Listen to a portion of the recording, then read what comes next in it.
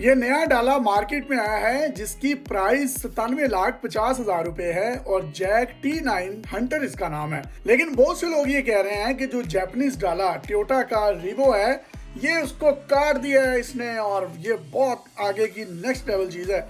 मैं दोनों के एस्पेक्ट्स आपके सामने रखने जा रहा हूं। नंबर 1, जो जापानीज ब्रांड है रिवो, उसकी रीसेल है, जैक की रीसेल नहीं है।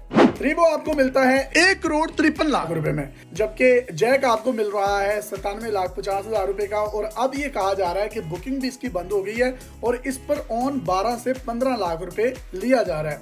अगर इसकी रजिस्ट्रेशन फी और इंश्योरेंस और सारी चीजें अगर आप ऐड कर लें ऑन समेत, तो ये भी आपको तकरीबन कोई 1,20-1,22 में पड़ रहा है और इसकी रीसेल भी नहीं है। फिर जो रिवो है इसकी मेंटेनेंस आपको हर जगह से मिलेगी, टोयोटा के शोरूम हर जगह पर है। एक आम पाकिस्तान में जो मैकेनिक है वो भी टोयोटा की गाड़ी को ठीक करना जानता है। जबकि अगर आप इस जैक पर जाते हैं चित्राल, गिलगित बल्तिस्तान, मरी, नथिया गली, पहाड़ी इलाकों में, सवात वाली साइड पर, नॉर्दर्न एरियाज में, और वहां अल्लाह ना करे आपकी गाड़ी खराब हो जाए तो उस मैकेनिक को इसके फॉल्ट ही समझ नहीं आएंगे।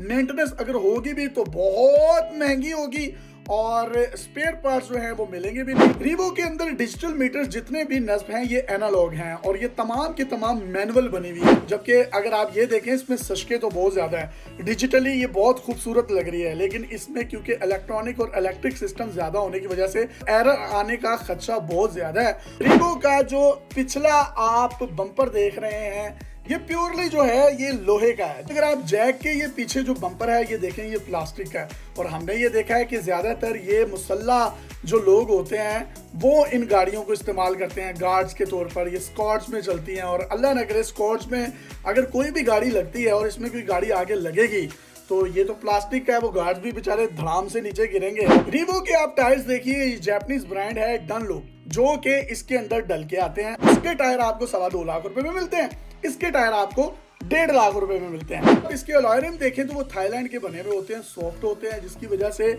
वो ज्यादा प्रेशर को बर्दाश्त करते हैं, फ्लेक्सिबिलिटी ज्यादा होती है, वो टूटते नहीं है। और इसके जो अलॉय रिम है वो आपको चाइना के मिलते हैं। रिवो का इंजन देखा जाए तो ये है तकरीबन 2800 सीसी, इसका इंजन देखा जाए तो ये 2000 सीसी है।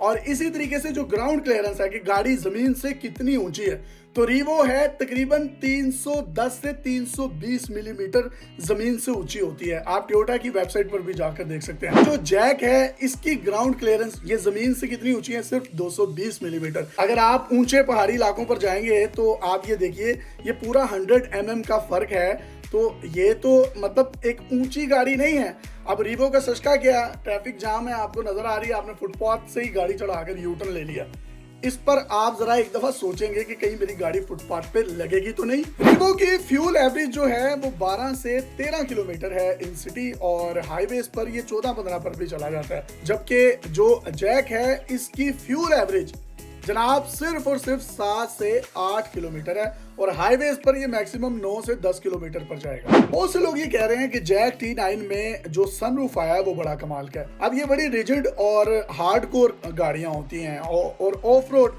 चलने वाली गाड़ियां होती हैं। अगर आपने उसमें इतना छोटा सा सनरूफ दे दिया है, आपने उसकी छत ही कमजोर कर दी है, तो ये नहीं होना चाहिए था। या तो फिर आप इसको एक सस्ते वाली गाड़ी बनाएं कि सिर्फ DHA में चले, आप इसको ऑफ रोड नहीं लेकर जा सकते। रिवो डाले पर इमरान खान साहब को जब लेकर गए कोर्ट से तो आप ये मंजर देखिए कि जिस तरीके से रेंजर्स के एहलकार उनकी गाड़ी के इर्द गिर्द खड़े हुए थे, तो जो उसका वो फुट पैड था उस पर भी तमाम के तमाम लोग खड़े हुए थे, रोल बार को पकड़ा हुआ था। मजाल है कि गाड़ी इधर से उधर हो, और जिस तरह के इसके रोल बार हैं वो इतने मतलब वीक हैं, वो हाथ में ही आ जाएंगे पकड़ने वालों के। रिवो की जो हॉर्स पावर है वो 201 है, जबकि जो आप ये देख रहे हैं जैक, इसकी हॉर्स पावर है 168।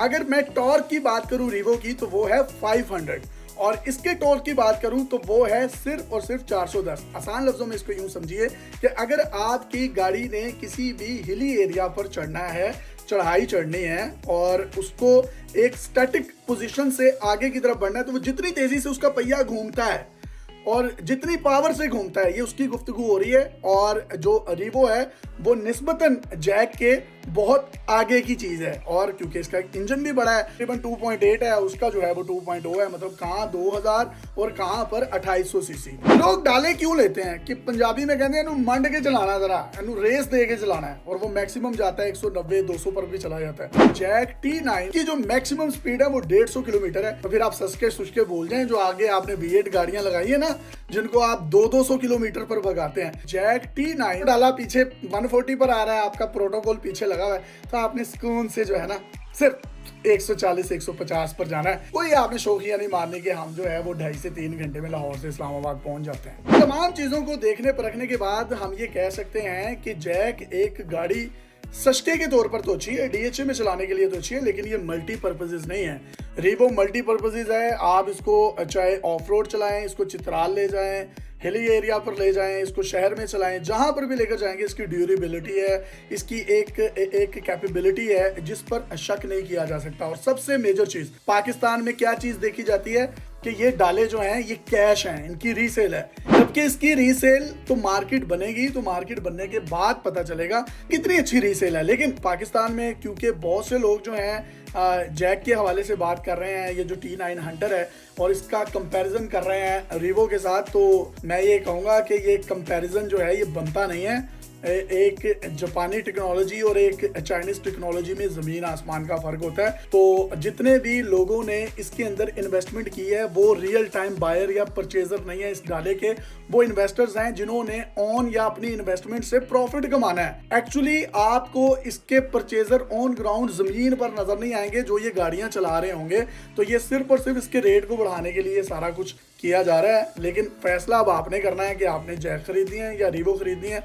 लेकिन मेरी जो एक्सपर्ट ओपिनियन है, जिन एक्सपर्ट से बात हुई है, उनके मुताबिक रीवो।